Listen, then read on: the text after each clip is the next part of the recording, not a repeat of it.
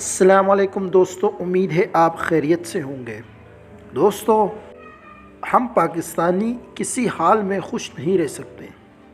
جب ترکی کے تاریخی ڈرامے آنا شروع ہوئے تو پاکستانی کہتے تھے ایسے ڈرامے پاکستانی ہونے چاہیے، اور پاکستانی ڈراموں میں ساس بہو کے جھگڑے اور دیور بھابھی کے چکر دکھائے جاتے ہیں۔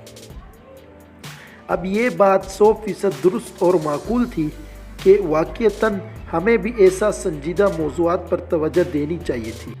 چنانچہ اب ترکی اور پاکستان مشترکہ طور پر سلطان صلاح الدین ایوبی پہ سیریز بنا رہا ہے، جس میں پاکستان کا کردار 25% ہی صحیح لیکن تاریخ کی طرف ایک قدم تو ہے۔ اب اس پہ بھی پیٹ میں مروڑ شروع ہو گئی کہ پاکستانی ایکٹرز کو نہیں آنا چاہیے۔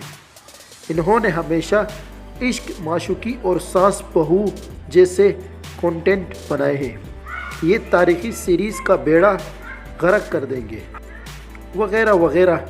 مطلب آپ لوگ چاہتے ہیں کہ پاکستانی ایکٹرز ہمیشہ وہی کچھ بناتے رہیں جو بنا رہے ہیں، اور تاریخ کی طرف ایک قدم بھی نہ اٹھائیں۔ اور دوسری بات یہ ہے کہ انگن التان اور براک نے اس سے پہلے کون سی تاریخی کردار نبھائے تھے؟ ان کے باقی ڈراموں میں بھی تو یہی کچھ ہے، جن کے مختلف کلپس کو لوگ بطور مذاق اچھالتے رہتے ہیں۔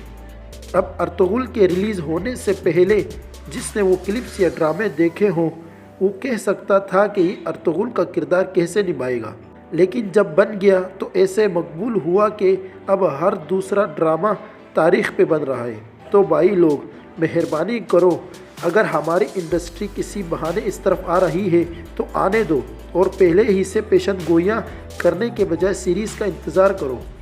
باقی جہاں تک ایکٹرز کے معیار کی بات ہے تو اچھے برے ایکٹرز ہر جگہ ہوتے ہیں، لیکن وہی کردار نبھاتے ہیں جو انہیں دیا جاتا ہے، اور اس سیریز کی اسکرپٹ ترکی والے ہی رکھ رہے ہیں، لہٰذا ٹھنڈ رکھیے۔ تو آپ کو یہ ویڈیو کیسی لگی؟ آپ صلاح الدین ایوبی ڈرامے کے بارے میں کیا رائے رکھتے ہیں؟ آپ ہمیں کومنٹ سیکشن میں بتا سکتے ہیں۔ شکریہ۔